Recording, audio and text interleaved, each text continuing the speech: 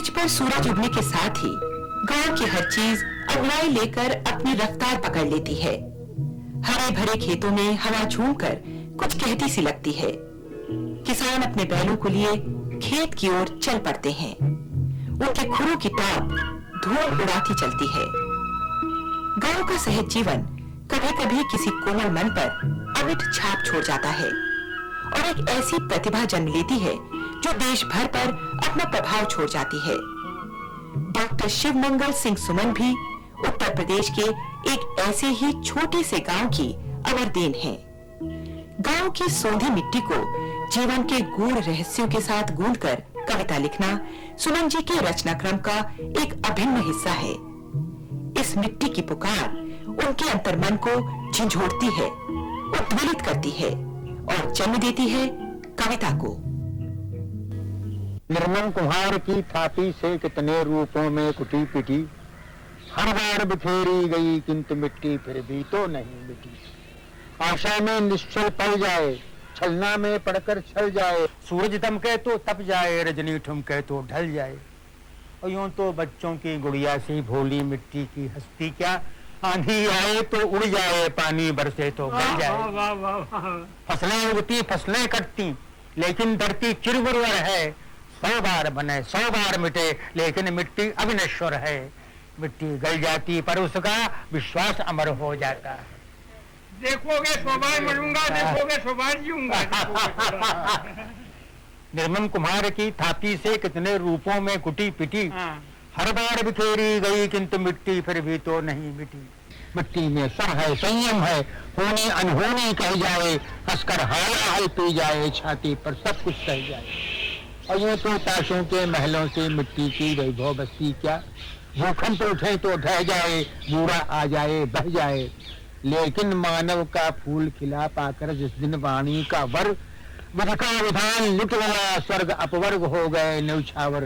तो कभी मिट जाता लेकिन उसका उच्छ्वास अमर हो जाता है। मिट्टी गल जाती पर उसका विश्वास अमर हो जाता है।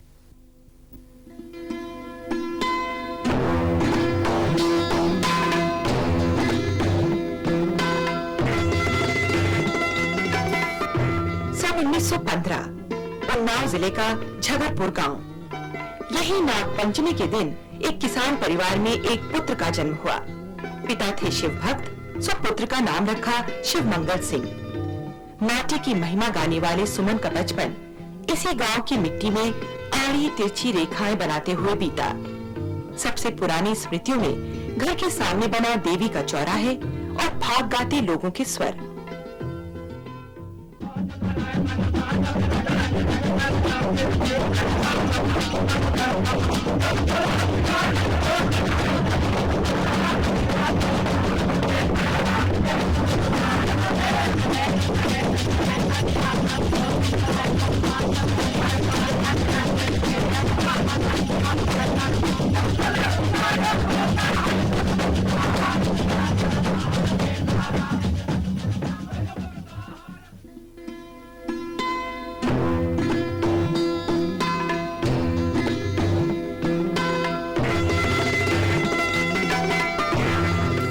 जी के गांव की मिट्टी आज भी उन्हें वहीं खींच ले जाती है। गांव के लोग उनसे अपनी बातें कहते सुनते हैं। उन्हें नाज है कि डॉक्टर शिवमंगल सिंह सुमन ने उनके गांव का नाम देश भर में रोशन किया है।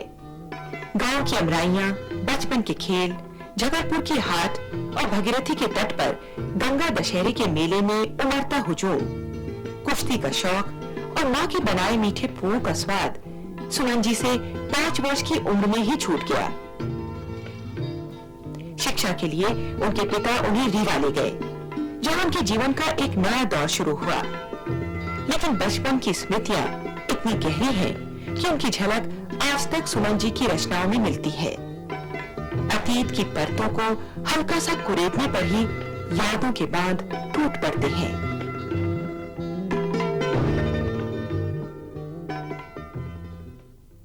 मेरा जन्म नाग पंचमी को हुआ था 1915 में। फिर मैं यहाँ रहा 5 साल की उम्र तक। मेरा पिता साहब बख्श सिंह, माँ कैलाशा देवी, माँ जॉनी बाबा थे, स्टेट आर्मी में, रीवा। तो मैं इतना मालूम था कि 5 बरस की उम्र में दूध नहीं पीता, मैं तब भी मैं दूध पीता रहता था।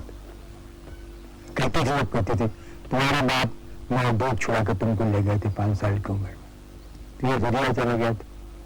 रीवा में जाने थे, हमारे अंकल जी थे, उनको जागीर मिली थी।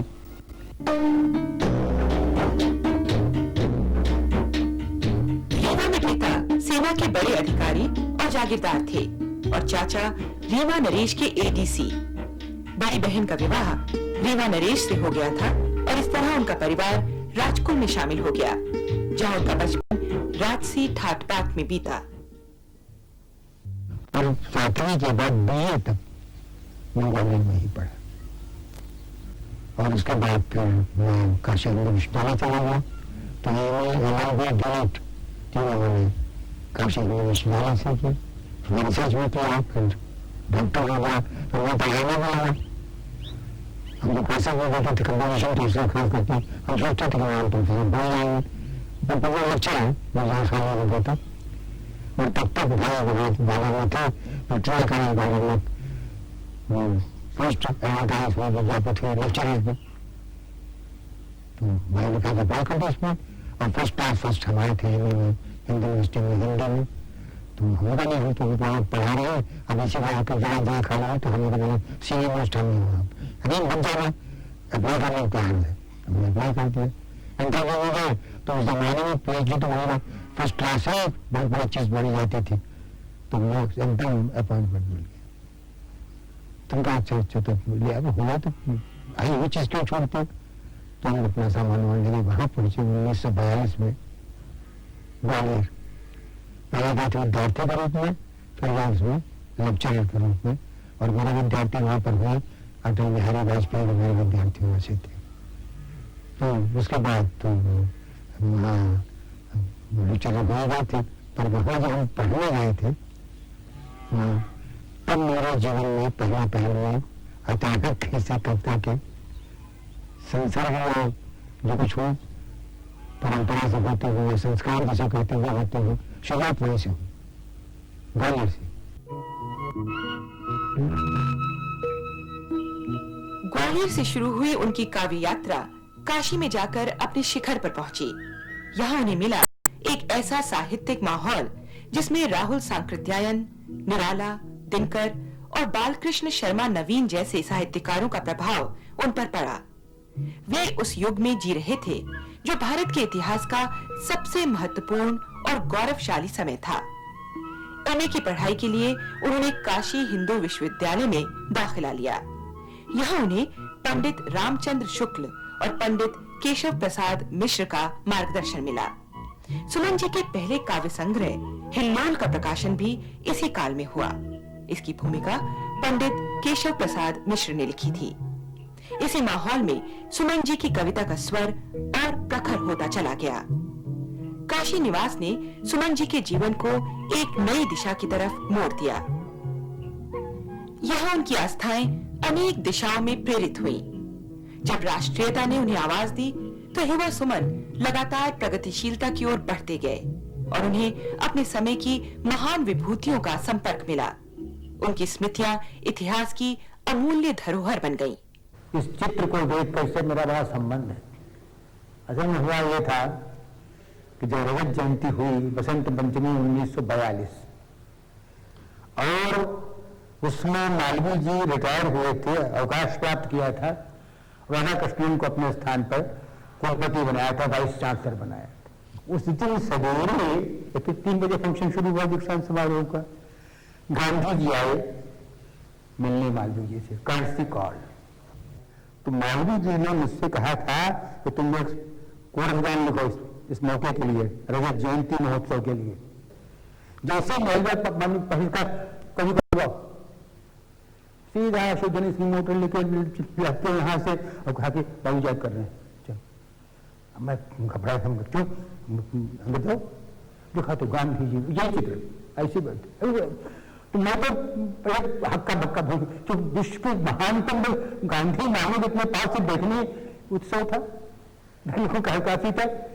मैं कहता सुना गांधी जी को, तो यही बैठा जी चरणों से जरा हट के, वो कमरा था उधर वाला, उसमें उन्होंने शुरू किया, हमारा विश्वविद्यालय, हमारा विश्वविद्यालय, हमारे ज्ञान का मंदिर, हमारे ध्यान का मंदिर, बसा गंगा किनारे विश्व के सम्मान का मंदिर, उठी बज बीन वीणा पानी की मृद ताल स्वर में, हमारा विश्वविद्यालय, हमारा विश्वविद्यालय।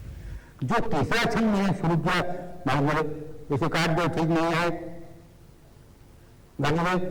ये नहीं कर सकता, मैं कहता हूं तो तुम आगे पढ़ो, वो यदि तो मैं कहता हूं, मैं बोलती, और नहीं तो नहीं कर सकता, तो मैंने फिर पढ़ा। और छंद क्या था, बड़ा मासूम, वाग धर्म का बंदा, थोड़ा दरदर किया चंदा, और खड़ा ही कर दिया उसने पुनः भारत का नालंदा, हमारे विश्वकर्मा की, हमारे मालिनी की जय, हमारा विश्वविद्यालय, हमारा विश्वविद्यालय। उसके बाद हम भाग गए पैलसिए और चुपचाप, अब ये भी कहा कि तुम बड़े अच्छे करो भाई, तुम महत्वपूर्ण बातें कर रहे होंगे, तो हमारा कुछ सोचिए कि विश्व के जो महान व्यक्तियों को हमने सुना दिया, हम तो हमेशा के लिए धन्य हो गए। सरस्वती के प्रसाद का इससे बड़ा मुझे कोई आशीर्वाद जीवन में आगे भी नहीं मिल सकता है, इसलिए मुझे ऐतिहासिक क्षण सुनने हो गया।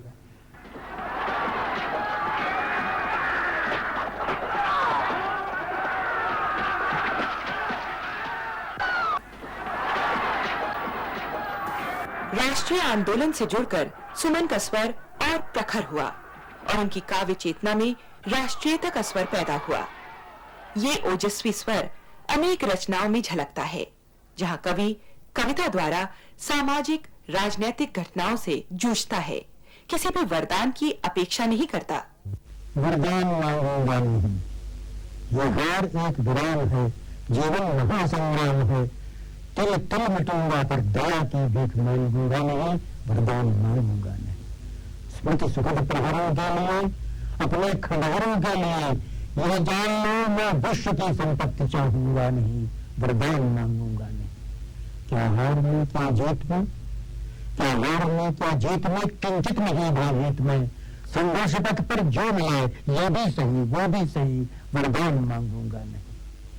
वरदान आप मेरी छो तुम वो महान बने रहो, वरदान आप मेरी छो तुम वो महान बने रहो, अपने हृदय की वेदना मैं व्यर्थ त्यागूंगा नहीं, वरदान मांगूंगा नहीं। चाहे हृदय को ताप दो, चाहे मुझे अभिशाप दो, कुछ भी करो कर्तव्य पथ से, किंतु भागूंगा नहीं, वरदान मांगूंगा नहीं।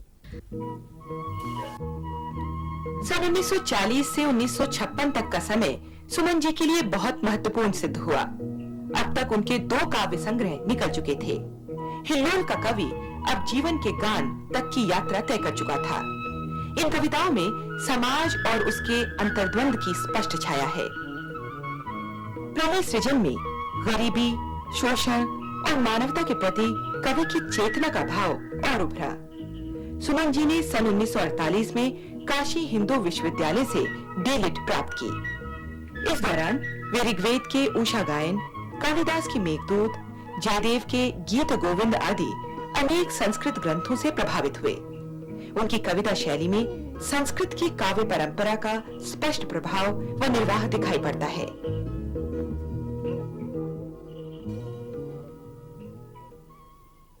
ये पहले हिंदी के कवि हैं जिन्होंने ऋग्वेद के उषा मंत्रों के ऊपर बहुत अच्छा लिखा था। ऋग्वेद में काव्य सौंदर्य है, ये इन्होंने उद्घाटित किया था। और कालिदास को इन्होंने खूब अच्छी तरह से घोटा। कालिदास की बहुत ही स्मरणीय पंक्तियां मैंने सबसे पहले सुमन से सुनी। वाल्मीकि का प्रभाव कालिदास पर कैसे पड़ा है, ये सुमन ने ये बात पकड़ी है। तो वो हिंदी कविता के अलावा संस्कृत साहित्य से भी बहुत गहराई से जुड़े हैं और कालिदास के इनके बहुत असर है। इस कविता का शीर्षक है कहाँ समाप्त साधना। छोटी इस कविता 2 छंद की, पर थोड़ा सा विचित्र है, मतलब कि पंचचामर छंद में मैंने लिखा है। ये हिंदी का छंद नहीं, ये संस्कृत का छंद है। और संस्कृत का होते हुए भी प्रसिद्ध इसलिए कि रावण ने इसी छंद में शिव का तांडव स्तोत्र लिखा था। जटा कटाह संभ्रमं भ्रमण लिम्पिनुजिरी व्याल बीच बल्लरी विराजमान मूर्धनि। पूरे समाज को समास है, कहीं साथ नहीं ले सकते। जटा कटाह संभ्रमं भ्रमण लिम्पिनुजिरी लाल बीच वल्लरी विराजमान मूर्धनि धवक धवक धवक ज्वलन ललाट पट्ट पावके किशोर चंद्रशेखरे रते प्रतिक्षणम मम पितापवी गलत जल प्रवाह पावित स्थले गले विलंब विलंबिताम भुजंग तुंग मालिकाम धमक धमक धमक धमक नाद वड्ड मर्वयम चकार चंड तांडवम तनोतु ना शिवा शिवम। बड़ा प्रसिद्ध है, मगर वो जिसमें बहुत है, मैंने उसको उल्टा लिया है। वो चंद्र उसकी अपेक्षा कोमल है। तो तय रहे गरल की देख नीलकंठ मुग्ध है, सुधा लजा गई अमर पतित असुर विक्षुब्ध है, मगर अभी तो पग प्रथम कहाँ समाप्त साधना कि मृत्युताओं पर लगा हुआ है ग्राम गृह नगर सभी तो दांवों पर। तो तुम्हें अगर है कुछ मनुष्यता के नाम की तो ध्यान ये बना रहे, वमन न हो वमन न हो। तुम तप रहे हो जिस तरह न तप सका निदाग नहीं, ग्रीष्म ऋतु तुम नहीं चलती, तुम तप रहे हो जिस तरह न तप सका निदाग भी, तुम्हारी आग देख मंद पड़ गई दवाग भी, मगर अभी तो पग प्रथम कहाँ समाप्त साधना, मगर अभी तो पग प्रथम कहाँ समाप्त साधना, लपट लपट से भेंट लो हर एक शोला चिन्ह चिन्ह अंक में समेट लो। क्यों बने अगर विभूति तो विभूति राख अभी ऐश्वर्य देश की गौरव, बने अगर विभूति तो जो आ रही है पीढ़ियां भविष्य में उन्हें कभी तपन न हो, तपन न हो। सुमन जी जब कविता के क्षेत्र में आए उस समय छायावादी कविता अपने उत्कर्ष पर थी। बनारस अनेक साहित्यिक गतिविधियों का केंद्र था। काशी का सांस्कृतिक संस्कारपूर्ण वातावरण युवा सुमन के लिए न केवल रुचिकर था बल्कि फलदायी भी। उनकी कविता जहां छायावाद की अलंकारिक शैली और शब्दों से प्रभावित हुई, वहीं प्रगतिवाद उनकी कविताओं का विशेष आकर्षण रहा। काशीवास के दौरान वे ऐसे कवि के रूप में उभरे जो छायावादी अंतर्मुखी चेतना को लोकोन्मुखी बनाने के प्रयत्न में लगे और सफल हुए। यह काल हिंदी साहित्य का वो काल था जब कविता न केवल लिखी जाती और प्रकाशित होती थी बल्कि पढ़ी जाती थी। श्रृंगार रहा जो निराकार, रस कविता में उत्सुकतार, भोगा स्वर्गीय प्रिया संग, भरता प्राणों में राग रंग। कवि गोष्ठियों और काव्य संध्याओं की ज्वलंत परंपराओं के बीच सुमन जी ने अपना स्थान बनाया। इस दौरान वे निराला से बहुत प्रभावित हुए। उन दिनों काशी में बजरों पर कवि गोष्ठियों की एक विशिष्ट परंपरा थी जिसमें सुमन जी बढ़ चढ़ कर हिस्सा लेते थे। उन्होंने कविता की वाचक परंपरा को नए आयाम दिए। कविता पढ़ते समय सुमन जी केवल शब्द नहीं पढ़ते बल्कि अपनी वाणी के उतार चढ़ाव, चेहरे के हाव भाव और संपूर्ण शरीर की भंगिमा से कविता पढ़ते हैं। गंगा के तट पर गिरधर है मरघट की ज्वाला, एक एक चिंगारी में ही कितने काल अशेष भरे हैं, एक एक चिंगारी में ही कितने काल अशेष भरे हैं, और कितनों के अरमान अधूरे यहाँ राख का वेश धरे हैं। तो नित प्रति नई नई आहुतियां लटक रही मरघट की ज्वाला। फूंक चुके कितने अपने ही हाथों से जीवन सुख अपना, फूंक चुके कितने अपने ही हाथों से जीवन सुख अपना, और बहा चुकी है दुखिया आंखें कितनी गंगा कितनी जमुना, पर न बुझी है अब बुझ न सकेगी दबक रही मरघट की ज्वाला। सृष्टि बहा देती यदि शंभु जटाओं का मिलता न सहारा, सृष्टि बहा देती यदि शंभु जटाओं का मिलता न सहारा, सुमन सुर नर जिसे देख सिहरे थे यहाँ वही गंगा की धारा, किंतु वक्ष पर आज उसी की दबक रही मरघट की।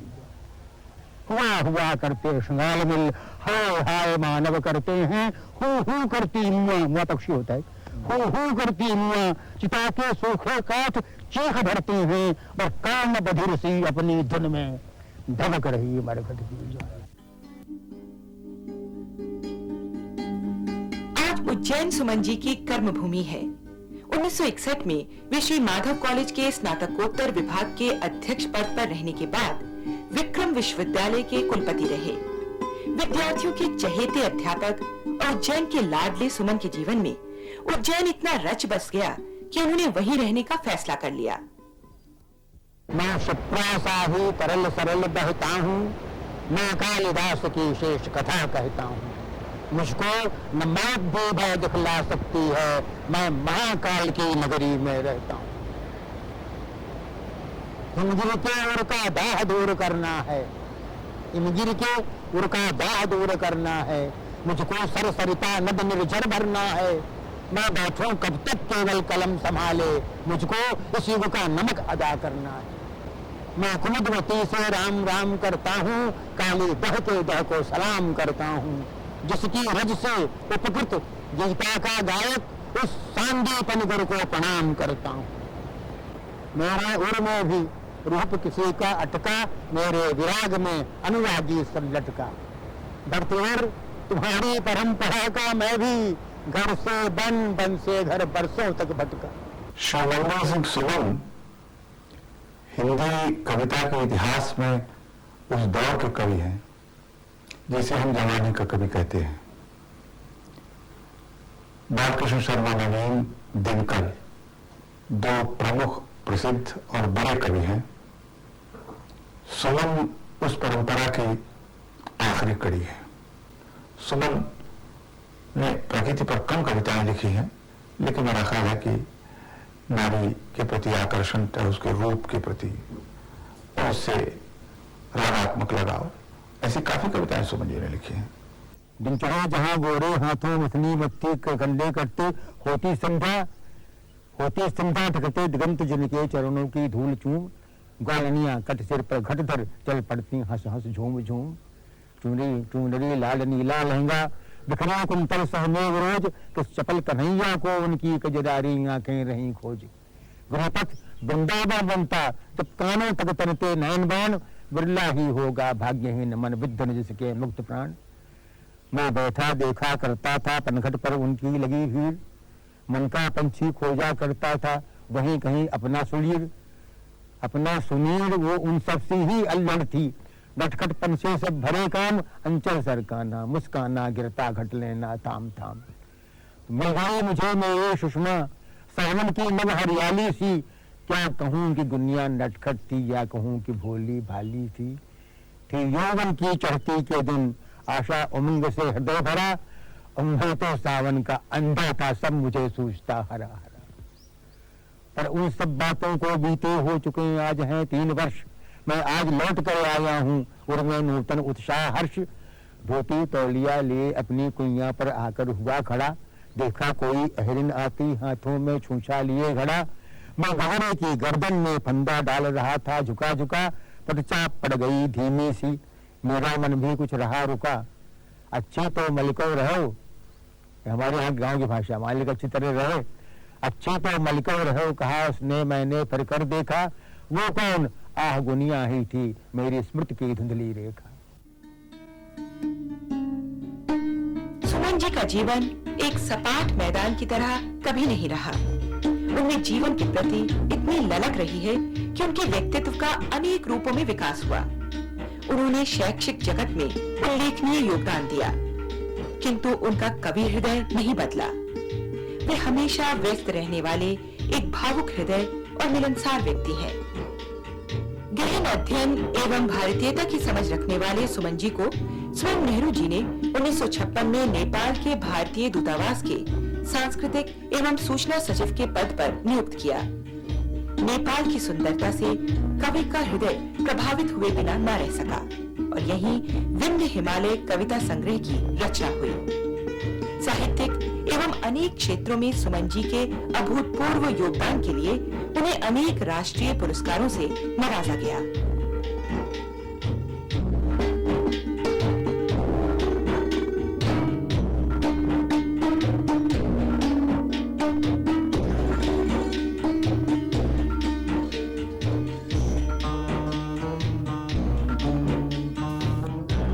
सुमन जी सरस्वती के वरद पुत्र हैं। अध्ययन उनके जीवन का ऐसा अभिन्न अंग है जिसमें वे निरंतर डूबे रहते हैं।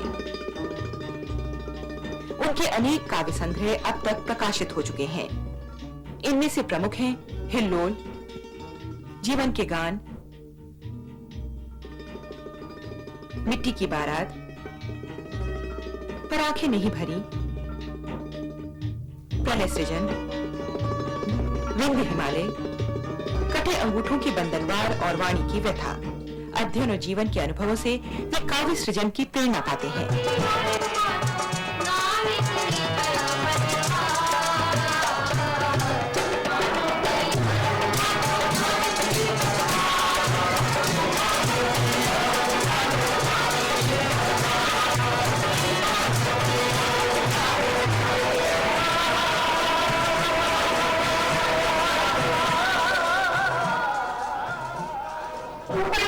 अर्थ माधव नाविक निष्पत्ता, आज सिंधु में विश्व उगला है, लहरों का यौवन मचला है, आज नदिया में और सिंधु में साथ उठा है ज्वार, तूफानों की अर्थ माधव नाविक निष्पत्ता।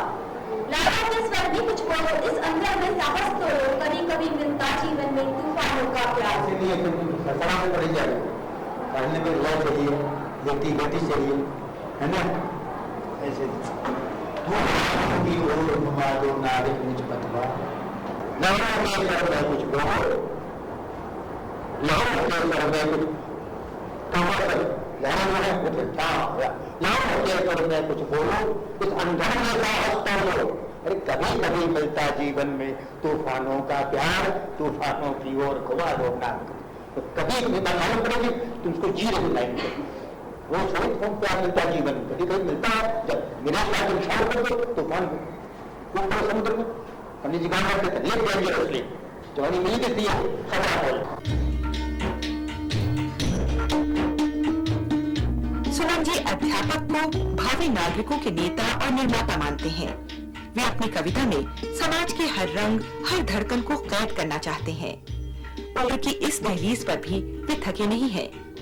जीवन से जुड़े हैं और नेहरू जी की भांति मानते हैं कि मंजिलें और भी हैं तय करने के लिए।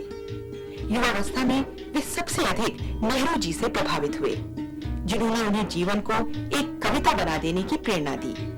शायद यही कारण था कि वो नेहरू जी के अंदर बसे भावुक रूप को भी समझ सके। सुमन जी का जो दूसरा पक्ष है, जहां किसी व्यक्ति के, सार्वजनिक व्यक्ति के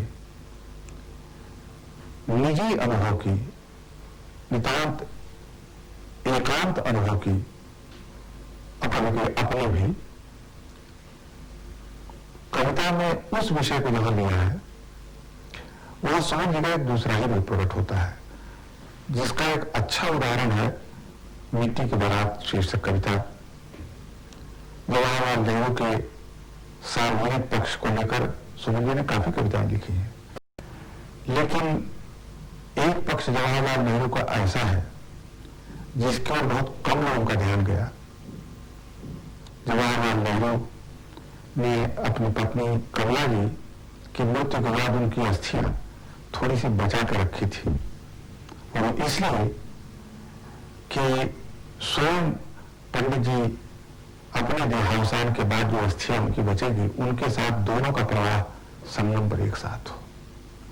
कल्पना बड़ी रोमांटिक मालूम होती है, लेकिन इससे नेहरू के व्यक्तित्व की एक कुंजी का पता चलता है। सुमन ने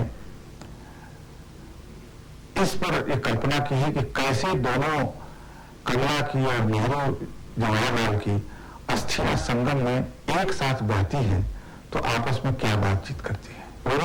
इंदिरा गांधी से पूछा जब असल में उनका शोक प्रस्ताव वहां पारित हो रहा था, साहित्य अकादमी में, तो उन्होंने कविता लिखती डाली थी, प्रत्येक में समकालीन का निहित कोई शख्स गलत नहीं, इसलिए वहां जब उसके बाद मैंने कहा कि एक आपसे पूछना चाहते क्या, हमका कमला नेहरू के कमरे से उनके कलश मंजूषा फूलों की विजयलक्ष्मी पंडित लाई थी कि आप लाई थी, पंडित जी कलश के बगल में रख लो। तो क्योंकि तो बहुत प्रसन्न होता है, व्यक्तिगत पूछते कुछ मैं आपको कोई पूछ रही हूँ, हमको इसलिए पूछा मैंने उसमें कविता लिखी और उसमें मैंने पूरा वर्णन किया है कैसे जैसे कोई शादी होकर डोले नहीं होंगे, ऐसे आखिर में डोले जो हो जा रही है गंगा में प्रवाहित होने के लिए, तो आप बस करता है हम कहा हमें समय वही हमने चाहते एकदम से आंसू को बंद की रुकी, छप छप छप छप छप छप, अरे यहाँ पानी, अरे यहाँ पानी है, जलाव का जार या त्रिवेणी का कोला है, जलाव का जार या त्रिवेणी का कोला है, समझ गई संगम है संगम है, समझ गई संगम है, यहाँ सभी मिलते हैं नारी नर पुण्य पाप वर और साप, संगम है गंगा का जमुना का गत आगत अधुना का, सतरज और तन की संगत भलोर सी और सरस्वती सचक रही है यहाँ विभोर सी, क्षमा को सत्य करो मेरे भय दादा हो, ये क्या हठात हुआ, किसने पहना दी मुझे वरमाला सी, शीतल मुझ ज्वाला सी, धन्य हुई संगम में लीन हुई, बहने लगी जीवन की धारा में। धन्य हुई संगम में लीन हुई, बहने लगी जीवन की धारा में। अरे तुम कौन हो, बरबस बहे आ रहे तरल नीलांबर में। अब उनके फूल अस्थियों पास तरल नीलांबर, जैसे नीला आसमान है, गंगा जमुना तरल नीलांबर, पिघला हुआ आसमान। अरे तुम कौन हो, बरबस बहे आ रहे तरल नीलांबर में। किसकी प्रतिध्वनि से आज झंझना उठी है फिर अनमोल अस्तित्व के। किसकी प्रतिध्वनि से आज झंझना उठी है फिर अनमोल अस्तित्व के। दूर रहो बहने दो। जवाहर, डरो नहीं पथिक हूं थका हारा। डरो नहीं। वो गुना होता है, 40 वर्ष बाद आया था, मैं ये जिन रखे थे। और कभी किसी से पैर भी नहीं, उनके मरने के बाद सुबह नहीं पैर दबा दो, मैं खत्म होता तो कमला साथ में जब दबाऊंगा। बड़ा करुण हमको लगा। डरो नहीं पथिक हूं थका हारा। जब से गई छोड़ तू फिरा किया मारा लहरों के फूल सा। खोकर तुझे खोसा गया धारा के कूल सा। ऐसी खोज समा गई मन के किसी प्रांतर में। तुझको ही खोजा किया जनता में जनांतर में। भरी आंखों और बुझी पुतलियों में। ऐसी बेकली सी समाई कन में। तेरा ही प्रेम हुआ जन में प्रतिबिंबित। तेरा ही प्रेम हुआ जन में प्रतिबिंबित। ऐसी बेकली सी समाई कन में। तेरा ही प्रेम हुआ जन में प्रतिबिंबित। मोह की सीमा तक श्रोत में श्रोतता और नील में नीलिमा तू ही बनी पुतली की। इस सफेद श्रोत में श्रोतता और नीलिमा तू ही बनी पुतली की। बाहर से भरा भीतर ही सूखा किया। तो क्या गई गंध गई गान गया राग गया।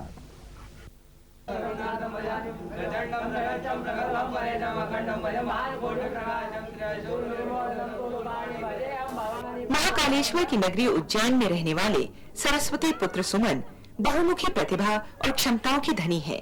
उनका व्यक्तित्व बहुरंगी है। आज भी वे अनेक समितियों एवं विश्वविद्यालयों से जुड़े हुए हैं। सुमन जी जहां एक लोकप्रिय कवि हैं, वहीं सफल प्रशासक भी। जहां आदर्श शिक्षक हैं, वहीं समर्पित सामाजिक कार्यकर्ता भी। वो आज भी कार्यरत हैं।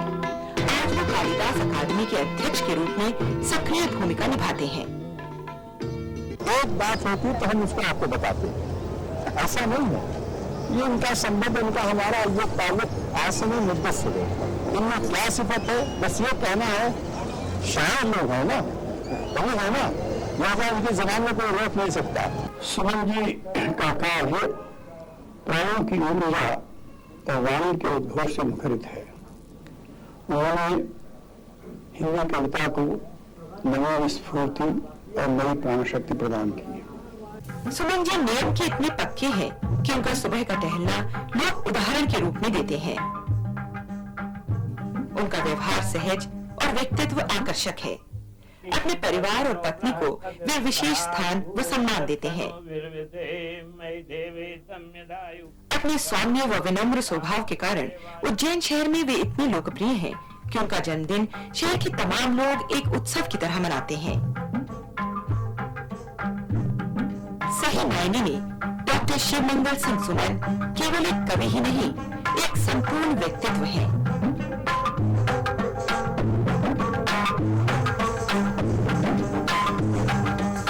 सामाजिक कार्यों में भागीदारी करना सुमन जी के जीवन का एक बहुत बड़ा महत्वपूर्ण हिस्सा है। उनका कहना है, मैं सामाजिक कार्य के प्रति प्रतिबद्ध हूँ, गति पर विश्वास करता हूँ। मेरा मार्ग गौतम की तरह मध्य मार्ग है। मैं अति को अव्यवहारिक उबाल मानता हूँ और हठ धर्मिता से दूर रहना चाहता हूँ। मेरे मन में लक्ष्य साफ है। मेरी आगामी काव्यधारा भी लोक साधना का प्रतिरूप होगी। इस श्रृंखला का अंत नहीं है, पकड़ नहीं, मसंत नहीं है। कूद कर देती है राह। अभी कहा मैं गा पाया हूँ अपनी जीवन राह। अभी तैयार हुआ हूँ, अभी वहां पर खड़ा हुआ हूँ, अभी तो साथ दिया है चलने का सामान। अभी कहा मैं गा पाया हूँ अपनी जीवन राह। अभी तो सौंप पाया है, अभी कहाँ मालूम पड़ा निकल पड़ी मेरे बच्चे प्राण, अभी कहाँ मैं गा पाया हूँ अपनी जीवन का। मुझे तो प्यार न होगी, चिपा मुझे दरकार न होगी, स्वयं भूमिका बनकर मेरे धड़ उठेंगे प्राण। अभी कहाँ मैं गा पाया हूँ अपनी जीवन का, अभी कहाँ मैं गा पाया अपनी जीवन का।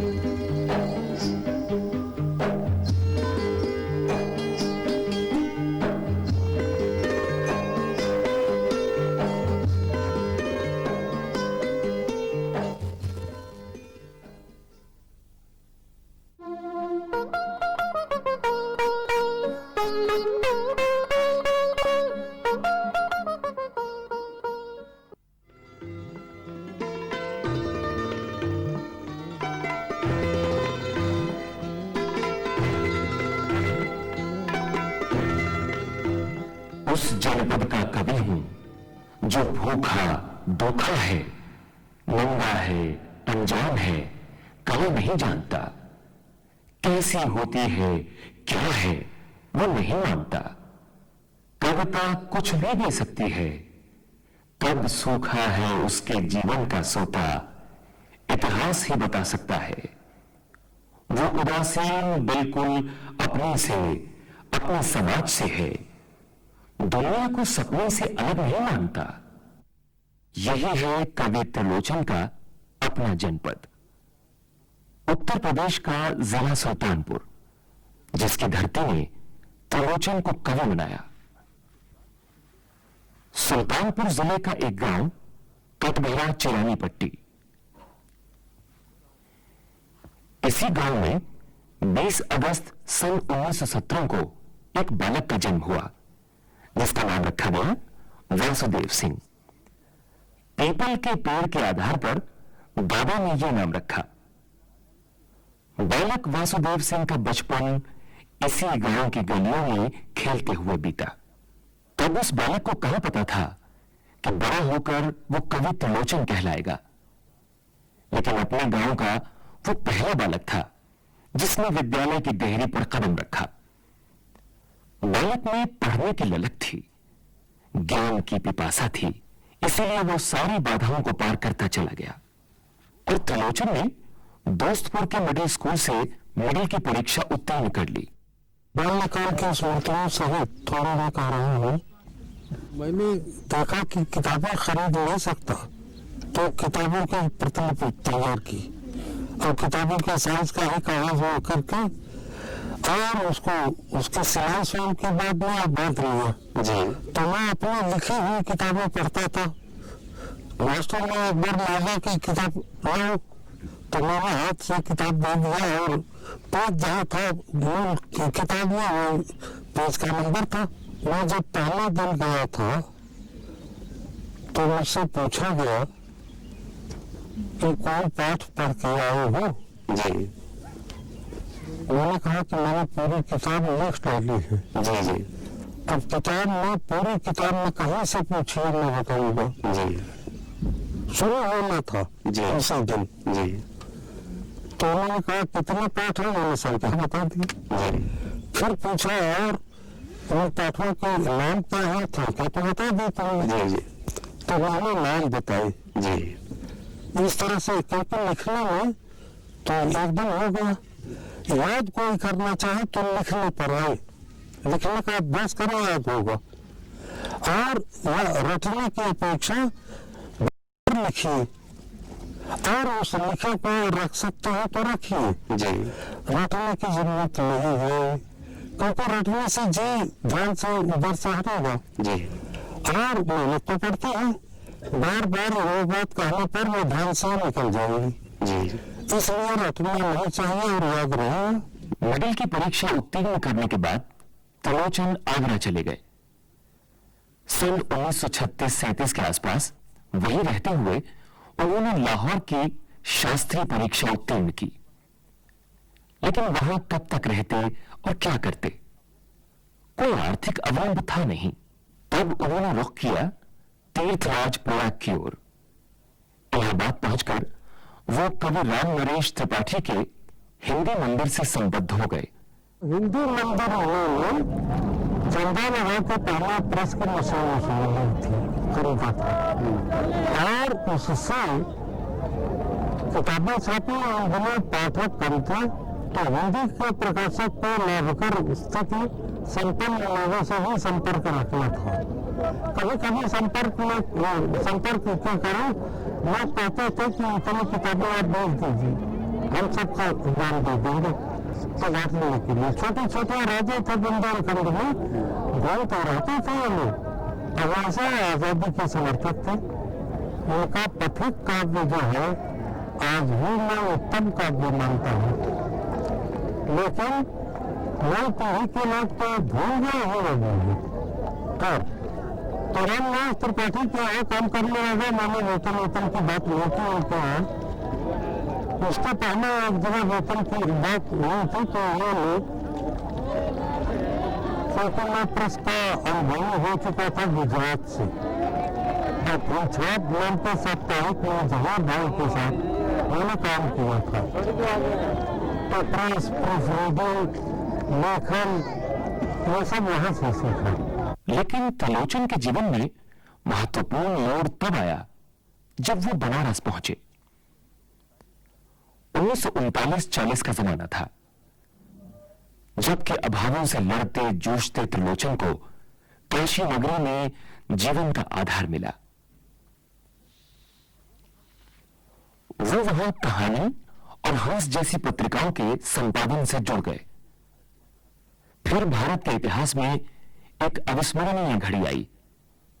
1942 में बरतानी हुकूमत के खिलाफ भारत छोड़ो आंदोलन छिड़ गया और त्रिलोचन को भी जेल जाना पड़ा। 42 के दिनों की बात है, उन दिनों में मुरादाबाद में था।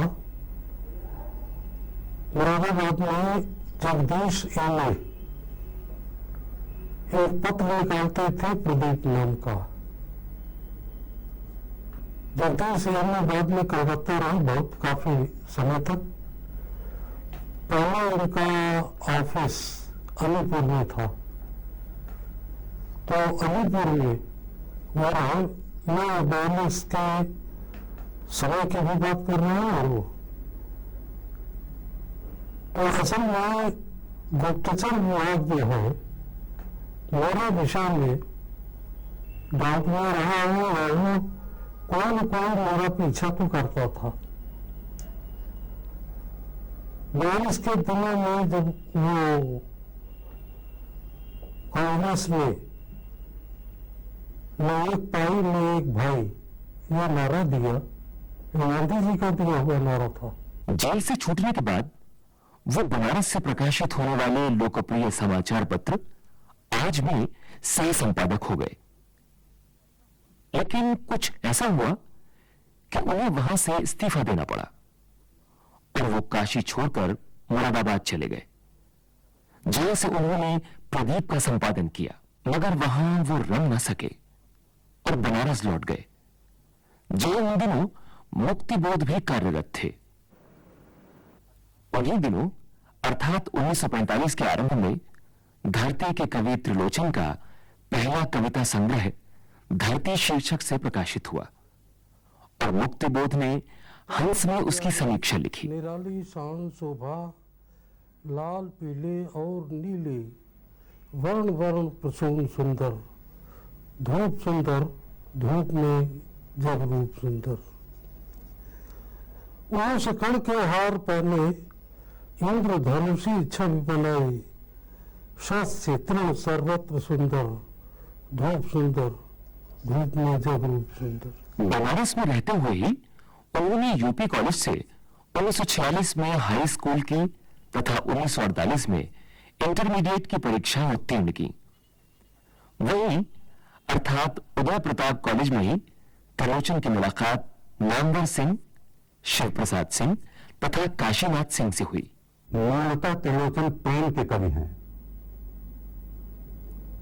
और बाद में जैसा मुझे लगा कि यह तुम्हारा वस्तुतः मनुष्यता है और वह मनुष्यता जो गांव में है, देहातों में है, खेतों खलिहानों में है, जो काम करती है, और उस त्रिलोचन को कहीं न कहीं मैंने देहात से आने वाले, हमारे गांव से आने वाले उन बारातियों के बीच देखा था।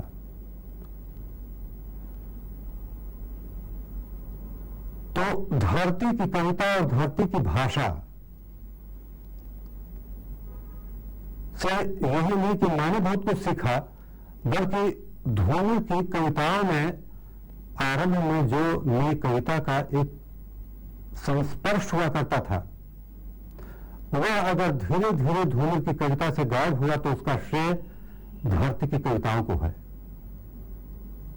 जहां धूमल में, बल्कि मैं कहूं कि धरती की कविताएं हैं जो धूमल को धीरे धीरे ख्योली की तरफ ले गई और ख्योली का आदमी धूमल की कविताओं में आने लगा।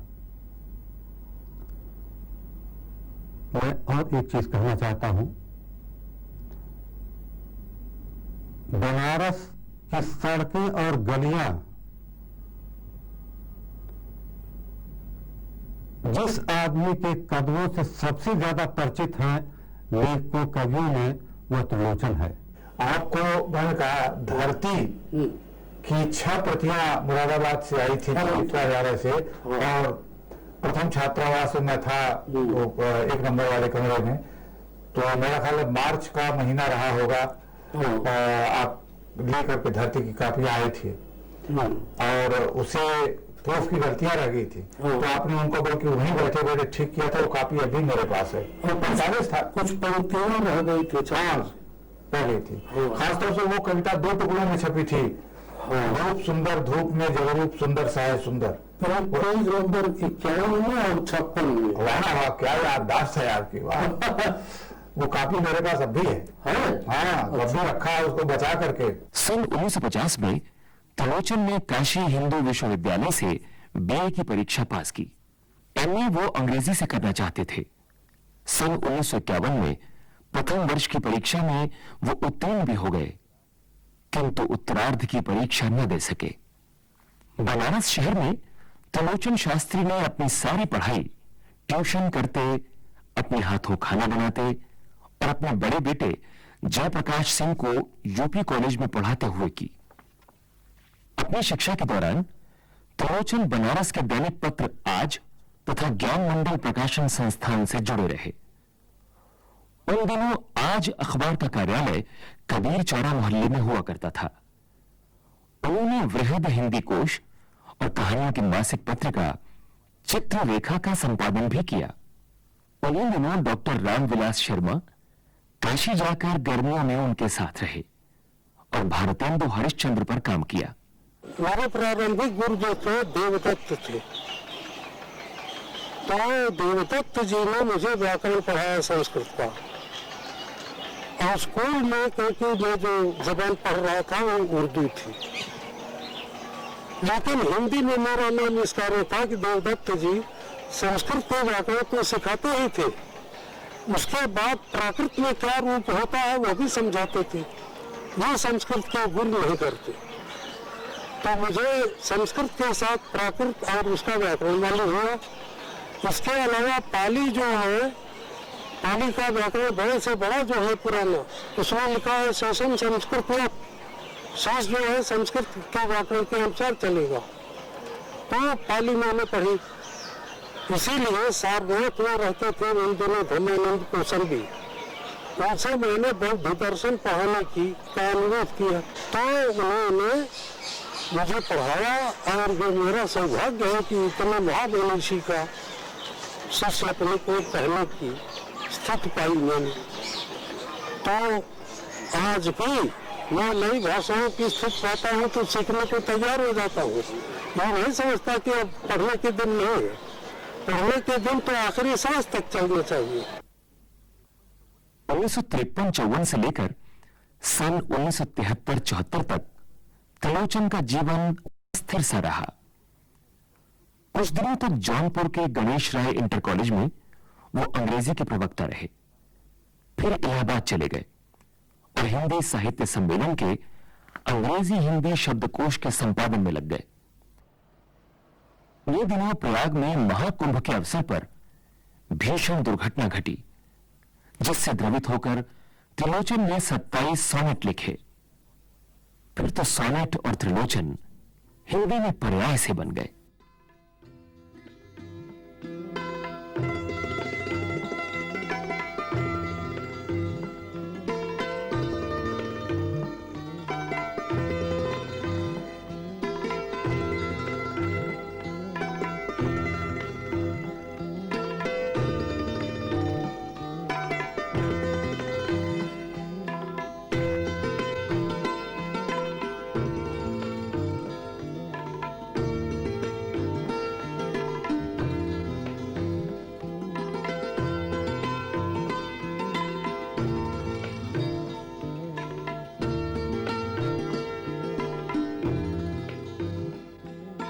शीर्षक है वह सुगंध मेरी है। नदी के किनारे पुकार एक मैंने सुनी कल शाम। वह उस पुकार में किसी के लिए संबोधन नहीं था। फिर भी मुझे जान पड़ा जाने क्यों वह पुकार मेरी है, तो भी मैं बोला नहीं। सोने राजमार्ग पर परस मिला मुझे, जरा घर मिला आधी रात। यह उस परस में किसी के लिए अनुरोध नहीं था। फिर भी मुझे जान पड़ा जाने क्यों यह परस मेरा है, तो भी मैं चौंका नहीं। नदी ने कहा था मुझे बांधो, मनुष्य ने सुना और तैर कर धारा को पार किया। नदी ने कहा था मुझे बांधो, मनुष्य ने सुना और सपरिवार धारा को नाव से पार किया। नदी ने कहा था मुझे बांधो, मनुष्य ने सुना और आखिर उसे बांध लिया। बांध कर नदी को मनुष्य दुह रहा है, अब वो कामधेनु हुए। नदी के किनारे पुकार एक मैंने सुनी कल शाम। वो नदी के किनारे पुकार एक मैंने सुनी कल शाम। वह उस पुकार से मैं किसी के लिए संबोधन नहीं था। 1956 में प्रकाशित गजलों तथा रुबाइयों के संकलन गुलाब और बुलबुल से उनकी छवि शायर की भले ही न बनी हो, पर अगले ही वर्ष प्रकाशित सोनेट्स के संग्रह दिगंत से वो बाकायदा सोनेट के कवि हो गए। जब मैं लिखने को हुआ सोनेट हिंदी में, तो मैंने सोचा कि सोनेट के लिए कौन छंद रखूं। मैंने तय किया कि रोला छंद काम का रहेगा, तो रोला लिखा है। और 24 मात्रा के दूसरे छंद भी होंगे, रोला नहीं होगा। राम की शक्ति पूजा की प्रत्येक पंक्ति में 24 मात्रा है। आज का तीक्ष्ण सर विधृत क्षिप्र कर वेग प्रखर सतशैल संवरण शील नील नभ गर्जित स्वर पर प्रतिपल परिवर्तित व्यूह भेद कौशल समूह राक्षस विरुद्ध प्रत्युह क्रुद्ध कपि विषम हु विच्छुरित वहनी राजीव नयन हत लक्ष्य बाण लोहित लोचन रावण मद मोचन महियान राघव लाघव रावण वारण गत युग्म प्रहर उद्धत लंका पति मर्दित कपिदल बल विस्तर। उसके बाद मैंने खोज करनी शुरू की कि हिंदी में सॉनेट कब से होगा। बंगाल में पहला सॉनेट लिखा गया 1861 में, और हिंदी में अब मेरी जानकारी के अनुसार पहला सॉनेट हिंदी में लिखा गया 1906 में। मैंने सॉनेट 2000 से ऊपर लिखे थे, लेकिन छपे हुए सॉनेट जो है वो मेरा ख्याल है, मैंने गिना तो नहीं, 600 से कम में होंगे। शेक्सपियर ने सॉनेट लिखे, शेक्सपियर ने सॉनेट लिखे 155, और मिल्टन के सॉनेट है 22, और सॉनेट पहली बार मैंने 35 में लिखी। इधर त्रिलोचन सॉनेट के ही पथ पर दौड़ा, सॉनेट सॉनेट सॉनेट सॉनेट क्या कर डाला ये उसने भी अजब तमाशा, मन की माला गले डाल ली। इस सॉनेट का रास्ता चौड़ा अधिक नहीं है, कसे कसाए भाव अनूठे ऐसे आए जैसे कला आगरा में जो लग है दिखलाता है पूरे ताजमहल। इलाहाबाद से त्रिलोचन फिर बनारस चले गए। वहां 1967 तक वो नागरी प्रचारिणी सभा के कोष विभाग में रहे। देश में कुछ दिनों के लिए रांची चले गए थे राष्ट्रीय प्रेस के मैनेजर होकर, लेकिन वह टिके नहीं। बनारस उनमें बस गया था। सभा का काम छोड़ने के बाद वो बनारस के ही एक अन्य पत्र जनवार्ता से जुड़ गए। एक संपादक और एक लेखक के रूप में हमारा उनका संबंध बराबर रहा। उनका जो योगदान है साहित्य को वो बहुत बड़ा है, लेकिन मुझे एक संस्मरण याद आता है ये कि उन्होंने भी एक पत्रिका निकाली थी, मुझे पत्रिका का नाम याद नहीं रहा क्या है, और उसमें मेरी कहानी छापी उन्होंने, मुझसे कहानी मंगवाई और छापी। उस अंक में पहली कहानी मेरी ही है, लेकिन जो विशेष बात बता रहा हूँ मुझे कि उस युग में उन्होंने मुझको 30 रुपए पारिश्रमिक दिया था। चौक में दबाई एक ठुमका गौरैया मेरी खिड़की के खुले हुए पल्ले पर बैठ गई और देखने लगी मुझे और कंधे को। मैंने उल्लास से कहा तू आ, हौसला बना जहाँ पसंद हो, शरद के सुहावने दिनों से हम साथी हैं। इस तरह त्रिलोचन के जीवन का एक बड़ा हिस्सा रोजी रोटी की तलाश में एक स्थान से दूसरे स्थान तक भटकते हुए बीता। व्यवस्थित आजीविका के अभाव को उन्होंने बड़ी शिद्दत के साथ महसूस किया। डाल नौकरी है ये बिल्कुल खोटी है, इसका कुछ ठीक नहीं आना जाना, चीर भरा पाजामा लट लट कर गलने से, छेदों वाला कुर्ता, रोखे बाल उपेक्षित, दाढ़ी मूछ सफाई कुछ भी नहीं, उपेक्षित। ये था वो था, कौन रुके ठहरे। बिस्तर है न चारपाई है, जिंदगी हमने खूब पाई है। कल अंधेरे में जिसने सर काटा, नाम मत लो हमारा भाई है। मोड़े मोड़े एक पे एक बवाल, के कहां परे के पूछे के हो खवाल। ठोकरें दर बदर की थी, हम थे कम नहीं, हमने मुंह की खाई है। लेकिन जैसे उड़े जहाज को पंछी पुणे जहाज पे आवे, त्रिलोचन का मुख्य आश्रय बनारस ही रहा। और त्रिलोचन ने बनारस को जिस तरह जिया उसी तरह गाया भी। अंततः सन 1975 में उन्हें बनारस छोड़ना पड़ा और वो मध्य प्रदेश हिंदी ग्रंथ अकादमी के अध्यक्ष होकर भोपाल चले गए। फिर 1978 में त्रिलोचन दिल्ली आ गए और उर्दू विभाग दिल्ली विश्वविद्यालय की उर्दू हिंदी कोश परियोजना में कार्य करने लगे। दिल्ली में वो मॉडल टाउन में रहते थे। त्रिलोचन एक जीवित कोश है। जितना ही निकट से आप त्रिलोचन को देखेंगे तो भारत की भाषाओं का इतिहास, उनका बदलाव, उनकी रूपरेखा उनमें आए हुए स्थानीय और जातीय स्वरूप को समझने के लिए त्रिलोचन से अलग कोई दूसरा आदमी नहीं है। रामविलास जी ने उस पर वैज्ञानिक काम किया है और त्रिलोचन सजीव कोश है।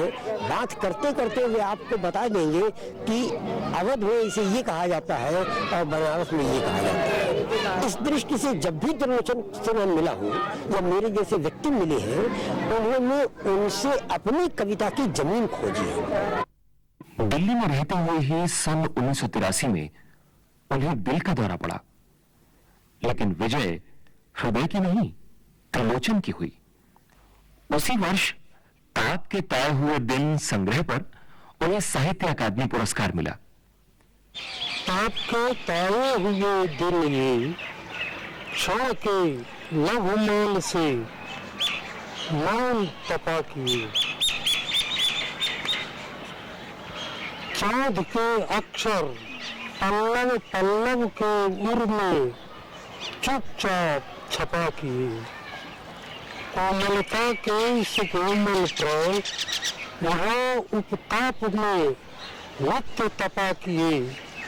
क्या मिला जो भटके अटके फिर मंगल मंत्र जपा किए।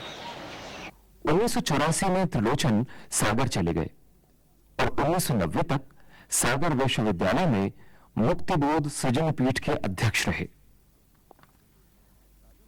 सागर में ही सन 1988 में उनकी संगिनी ने उनका साथ छोड़ दिया। मेरी पढ़ाई तो उस समय भी काफी थी, लेकिन पत्नी निरक्षर थी। मैंने उन्हें पढ़ाना चाहा तो मेरी मां ने विरोध किया कि क्या उसे थानेदार होना है। तो मेरी पत्नी ने कहा कि मैं थानेदार नहीं बनेगी, मैं पढ़ूंगी नहीं। तो मैंने कहा अच्छी बात है, मत पढ़ो। आदमी अपने आप में कम वो नहीं होता और कोई पढ़ाई किसी को बुद्धि नहीं देती, वो बौद्धिक कार्य अलग है। तो लेकिन मेरी पत्नी को बाद में शमशेर बहादुर ने कहा कि मैं उनको साक्षर कर दूंगा, पढ़ाऊंगा।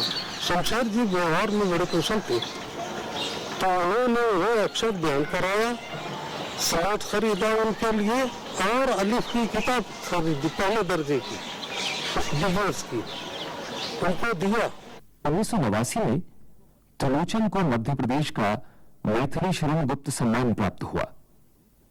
1991 में ईरानी दूतावास की फारसी हिंदी कोश योजना के तहत दिल्ली आ गए थे, लेकिन सन 1995 में वो फिर सागर चले गए, दोबारा मुक्तिबोध सृजन पीठ के अध्यक्ष होकर।